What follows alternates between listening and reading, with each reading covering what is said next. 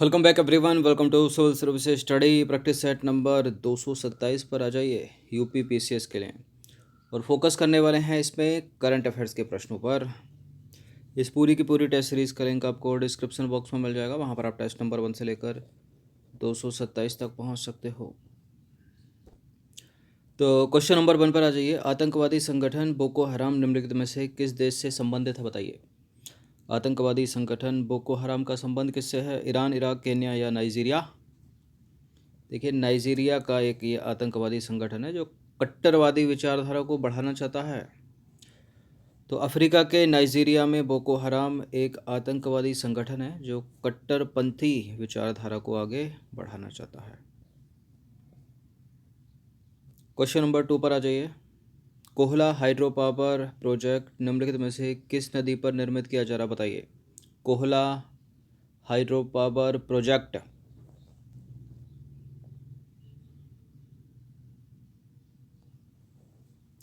झेलम नदी पर।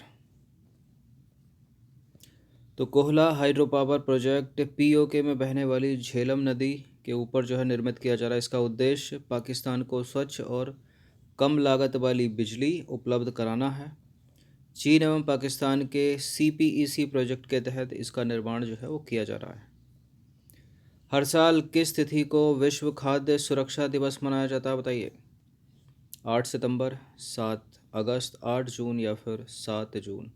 विश्व खाद्य सुरक्षा दिवस एफएओ के द्वारा 7 जून को। तो 7 जून को प्रतिवर्ष विश्व खाद्य सुरक्षा दिवस मनाया जाता है। 7 जून 2020 को दूसरा विश्व खाद्य सुरक्षा दिवस मनाया गया। वर्ष 2020 के विश्व खाद्य सुरक्षा दिवस की थीम क्या थी? Food safety everyone business. Food safety everyone's business. The quadrilateral security dialogue, quad, ये इंपॉर्टेंट है। कितने देश शामिल हैं इसमें? देखिए, 4 मेंबर हैं इसके। अमेरिका, जापान, भारत और एक और है ऑस्ट्रेलिया। तो the quadrilateral security dialogue, quad की शुरुआत हुई थी 2007 में। क्वाड में 4 देश अमेरिका, जापान, ऑस्ट्रेलिया और भारत शामिल है। ब्लैक फ्राइडे कार्यक्रम निम्नलिखित में से किस देश में शुरू किया गया? ब्लैक फ्राइडे दक्षिण अफ्रीका में। Option number A. तो देखिए, जॉर्ज फ्लॉयड की जघन्य हत्या और अमेरिका में नस्लवाद के प्रत्युत्तर में दक्षिण अफ्रीका में ब्लैक फ्राइडे कार्यक्रम शुरू किया गया। क्वेश्चन नंबर 6 पर आ जाइए। हाल ही में हुई है 20वीं पशुधन जनगणना, मतलब 2020 में। निम्नलिखित में से किस राज्य में सर्वाधिक मवेशी पाए गए हैं, इसके अनुसार बताइए। सबसे ज़्यादा मवेशी किस राज्य में हैं 20वीं पशुधन जनगणना के अनुसार? देखिए, उत्तर प्रदेश में नहीं है। अब बताइए किस में? किस में? बिहार में, पश्चिम बंगाल में है। महाराष्ट्र, बिहार, उत्तर प्रदेश, मध्य प्रदेश से कहीं ज़्यादा पश्चिम बंगाल में। तो 20वीं पशुधन जनगणना के अनुसार वर्ष 2019 में देश में कुल मवेशियों की संख्या 192.49 मिलियन है, जो पिछली पशुधन जनगणना की तुलना में 0.8% वृद्धि को दर्शाती है। 20वीं पशुधन जनगणना 2020 के अनुसार सर्वाधिक मवेशी पश्चिम बंगाल में पाए गए हैं। उसके पश्चात दूसरे नंबर पर स्थान आता है उत्तर प्रदेश का। तो दूसरा स्थान है यूपी का। क्वेश्चन नंबर 7 पर आ जाइए। हाल ही में की गई 20वीं पशुधन जनगणना के अनुसार विगत पशुधन गणना की तुलना में कुल पशुधन आबादी में कितने प्रतिशत की वृद्धि हुई है, बताइए। कितने प्रतिशत की वृद्धि हुई है? 4.6%। तो देश में कुल पशुधन संख्या जो है 20वीं पशुधन गणना के अनुसार 2020 के अनुसार जो है 553.78 मिलियन है, जिसमें पशुधन गणना 2012 की तुलना की जाए तो 8.6 की वृद्धि हुई है। क्वेश्चन नंबर 8 पर आ जाइए। हाल ही में किस वैश्विक कंपनी के सीईओ ने नस्लवाद के खिलाफ लड़ाई में $3.7 करोड़ का योगदान देने की घोषणा की है? किसने दिखाया है अपना बड़ा दिल? गूगल के सीईओ सुंदर पिचाई ने। ऑप्शन नंबर ए है इसका आंसर। तो गूगल के सीईओ सुंदर पिचाई ने घोषणा में कहा है कि इंटरनेट कंपनी नस्लवाद के खिलाफ लड़ाई में $3.7 करोड़ का योगदान देगी। सेंकाकू द्वीप है ये, हाल ही में कुछ माह पहले चर्चा में रहा। किस सागर में है ये? सेंकाकू। और विवादित है ये, चीन और जापान के बीच। वर्तमान में इस पर जापान का अधिकार है, लेकिन चीन उंगली करता रहता है। पूर्वी चीन सागर में स्थित है ये। ऑप्शन नंबर ए है इसका आंसर। तो सेंकाकू द्वीप पूर्वी चीन सागर में स्थित है। जापान और चीन के बीच सबसे बड़ा विवाद है सेंकाकू द्वीप। वर्तमान समय में सेंकाकू जापान के नियंत्रण में है। चीन भी इस पर अपना दावा करता है। क्वेश्चन नंबर 10 पर आ जाइए। अमेरिकी राष्ट्रपति द्वारा G7 का विस्तार कर निम्नलिखित में से किन देशों को शामिल करने का प्रस्ताव रखा गया है? G7 में उसका विस्तार करके बताइए कौन कौन से हैं? भारत, रूस, ऑस्ट्रेलिया, दक्षिण कोरिया, या फिर भारत, पाकिस्तान, ऑस्ट्रेलिया, दक्षिण कोरिया, या पाकिस्तान, रूस, ऑस्ट्रेलिया, दक्षिण कोरिया। देखिए अमेरिका, ठीक है, और ये बात है ट्रंप के टाइम की, ठीक है। यदि ये प्रश्न पूछ लिया जाए तो वैसे तो ना की उम्मीद है पूरी, ठीक है। तो इसका आंसर क्या हो जाना चाहिए? भारत, रूस, ऑस्ट्रेलिया और दक्षिण कोरिया। Option number B. तो अमेरिकी राष्ट्रपति द्वारा G7 संगठन का विस्तार करने की इच्छा व्यक्त की गई और इसमें भारत, रूस, ऑस्ट्रेलिया तथा दक्षिण कोरिया को शामिल करने का प्रस्ताव रखा गया था। इस तरह से बनेगा प्रश्न अगर बना तो, ठीक है।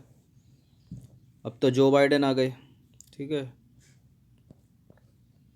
क्वेश्चन नंबर 11 पर आ जाइए। भारत सरकार के द्वारा नेपाल भारत मैत्री विकास साझेदारी के तहत नेपाल के किस मंदिर में स्वच्छता केंद्र के निर्माण की प्रतिबद्धता जताई गई है? देखिए अब यूपी पीसीएस कम से कम 3 साल तक की करंट अफेयर्स जो है एग्ज़ाम में ला रही है, और अधिकतर जो 18 से 20 रहते हैं वो हाल ही के रहते हैं, मतलब 6 से 8 महीने के, ठीक है। तो उन पे ज़्यादा फोकस करना। तो पशुपतिनाथ मंदिर, ऑप्शन नंबर ए, नेपाल में ये मंदिर है। इसकी स्वच्छता के निर्माण के लिए भारत ने लगभग 3 करोड़ रुपए जो है वो दिए। तो भारत सरकार ने नेपाल में प्रसिद्ध मंदिर है, उस मंदिर का नाम है पशुपतिनाथ मंदिर। परिसर में जो है 2.3 लगभग 2.5 करोड़ रुपए जो है उनको दिए हैं उसकी स्वच्छता के निर्माण के लिए,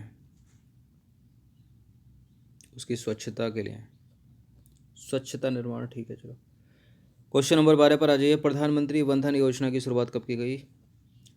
प्रधानमंत्री वन धन योजना ना 16 की है, ना 17 की है, ना 19 की है, यह है वर्ष 2018 की।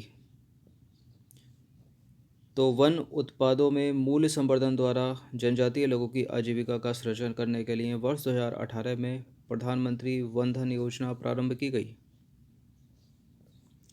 क्वेश्चन नंबर 13 पर आ जाइए। जलवायु प्रतिबद्धताओं के अनुकूल महत्वपूर्ण कदम के रूप में भारत सरकार के द्वारा वर्ष 2030 तक कितने मिलियन टन कोयले के गैसीकरण का लक्ष्य रखा गया है? बताइए कितने million ton? 50 million, 100 million, 1000 million, या इससे भी ज़्यादा या कम?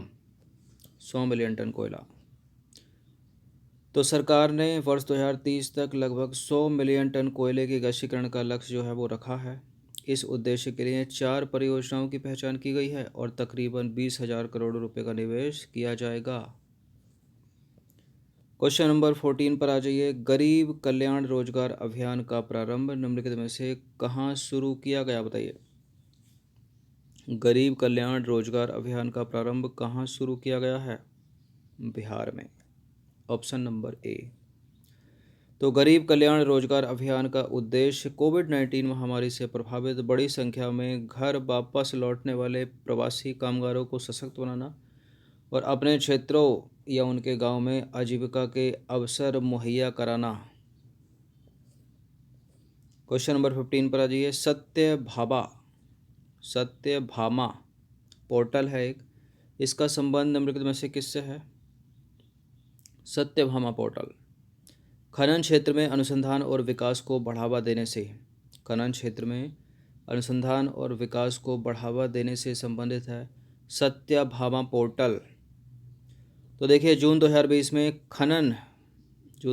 में खान मंत्रालय की विज्ञान एवं प्रौद्योगिकी योजना के तहत सत्यभामा का पूर्ण रूप है साइंस एंड टेक्नोलॉजी योजना फॉर आत्मनिर्भर Bharat in mining advancement Satyabhama, ठीक है, पोर्टल जो है वो लॉन्च किया गया खान मंत्रालय की विज्ञान एवं प्रौद्योगिकी योजना के तहत जून 2020 में। तो ये कुछ करंट अफेयर्स थी 2020 की, इनकी प्रैक्टिस एक बार कर लीजिएगा। धन्यवाद।